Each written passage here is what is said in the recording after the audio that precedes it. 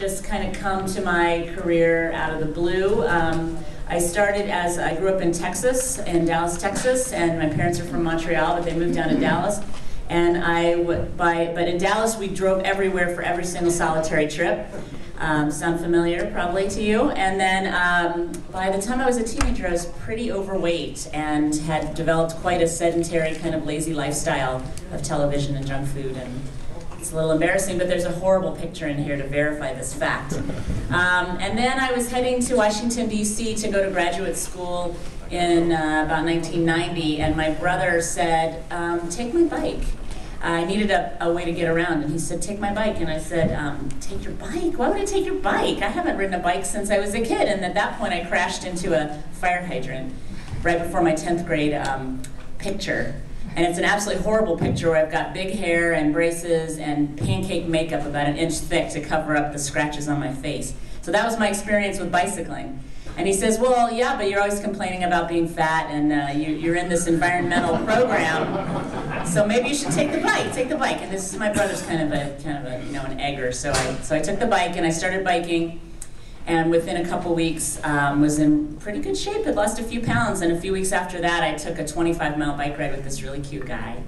And after that, it just became my passion for my daily transportation, for recreational rides, and then as well, my career. At that time in Washington, D.C., some really exciting stuff was going on, and that was that the federal government was on the verge of passing for the very first time transportation funding legislation that set aside funding for bicycles, bicycle transportation. And that was due in part to a group of advocates, including Andy Clark, who's here from the League of American Bicyclists. And so I thought it would be really neat to go work in a community that was trying to become bike friendly, and I got really lucky because I landed the job of bike coordinator in Portland, Oregon.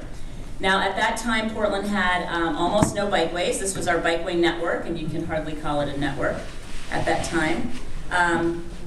And our streets were not terribly bike friendly, and our path system was not quite complete.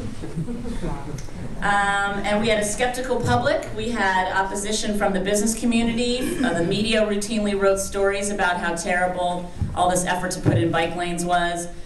We had the school district was opposed to putting in bike racks for kids because the kids' bikes might get stolen and they'd be responsible. If a kid got hit, they'd be responsible. Even within the city bureaucracy, we had a ton of opposition, and we had a tremendously long way to go at that time. But we ultimately had a few things on our side, and that was a visionary leader in the skin of Earl Blumenauer, who is the U.S. congressman called the father of the livability movement in the United States. He was at the time a city councilman in Portland, Oregon, and he will be here with us this evening, God willing. He allowed me to build up a city staff to help with the movement of trying to create a bicycle-friendly city.